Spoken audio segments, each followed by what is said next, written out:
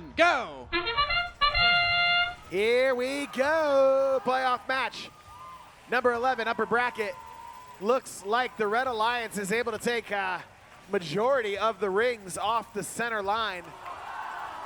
Whoa. 1678, though, able to drill a couple of those rings. They went and left on the ground from earlier. And the Blue Alliance is able to take a small lead moving into the teleoperated portion. 2910 and Bare Metal are dueling feeders right now. It looks like 2910 is able to move a little bit faster on the field, but Bare Metal is doing their best to keep up. On the blue side of the field, we have Citrus and Valor being the scoring robots. Looks like Citrus is having some issues picking up a ring. We'll see if they can get that ironed out as this match goes on. Meanwhile, on the red side of the field, Robot Dolphins from Outer Space unfortunately look like they have taken a pretty hard hit and are not moving. We'll see if that issue can be resolved by them, and we'll see what happens with the Robot Dolphins. With a minute and 20 seconds left in this match, the score is neck and neck. Currently, the Blue Alliance has the lead due to Citrus Circuit's fast and reliable scoring. But Red trying to get back as quickly as they can, but they are one robot down right now.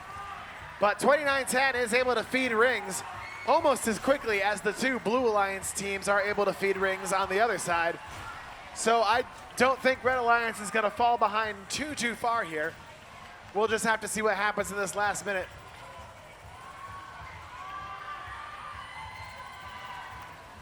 With 40 seconds left in this match, the Blue Alliance still has a bit of a lead, 108 to 101, with both teams having amplification periods ready. But Citrus Circuits have way more notes to score in theirs right now. That amplification period brings them up to about a 10-point lead with 25 seconds left in this match. This is going to come down to the end game, or if anybody else could get another amplified cycle in.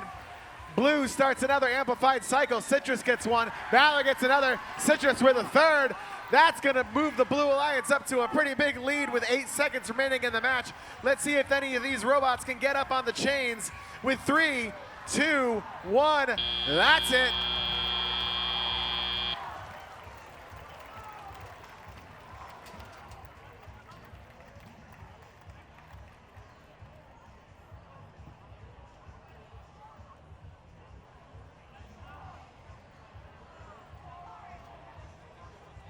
Pretty crazy match there. We had a lot of feeding by Blue Alliance teams, and 2910 driving insanely fast, feeding rings insanely fast. We'll see what the final score is, and that's going up on the big board now. Moving on in the upper bracket is the Blue Alliance.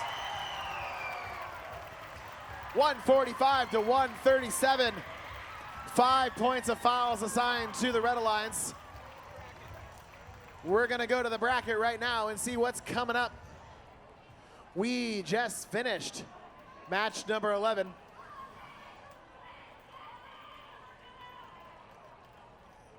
And we've got match 12 coming up soon. RSN, what do you got for us? The number 7 Alliance moving right into finals. They are already set, knocking the number 1 seed down into that lower bracket finals, match 13. Should we take a look at that instant replay? There was a lot of fun activity in that match. So right out of auto, we're going to watch it at 2x speed. Both of these alliances going for that center note, the center notes pretty quickly, but Red Alliance doinking a few off of that speaker. So on the one hand, they could get their next amp cycle going. They begin with 2 passers coming up after 51.99, moves out of this offensive zone. But then after a few sets of seconds with this 2-passer strategy that they have, we're going to see 51.99 move over to defend on the source and immediately stop moving. Yeah, and this is really where Valor gets the opportunity to stick around and try to cause a little bit more chaos to the Red Alliance. They're coming in, sometimes going over to the source, and sometimes going and stealing the notes away from mechanical advantages. Still very close here. Both alliances able to make good amplification cycles. And this is what it's a 3-on-2 match, and it's still pretty close because 2910 is just so efficient at pushing those notes downfield. With 30 seconds left, blue starts to get ahead. They're just getting into their amplification cycle, and they already have notes ready. So they get ahead by a full amp cycle here at the end. Red Alliance just barely able to make it up, and a little bit more, still no end game from any of these alliances. That seems to not be what we're doing here at Chezy Champs. Yeah, it's very surprising that it's not coming down to end game being the difference maker. These teams are just prioritizing, just continuing and continuing and continuing to put up notes. The number one seeded alliance, their day's not done yet. They're going to go to the lower bracket. If they win that, they'll get a rematch against this number 7 seed who just bought their ticket to the finals. But they will have to get through the winner of our next match, which will be match number 12. If you look at the bracket here, you see 2910's alliance just moving down into that. But previewing match 12, we have the number 8 alliance on red, and we have the number 4 alliance on blue.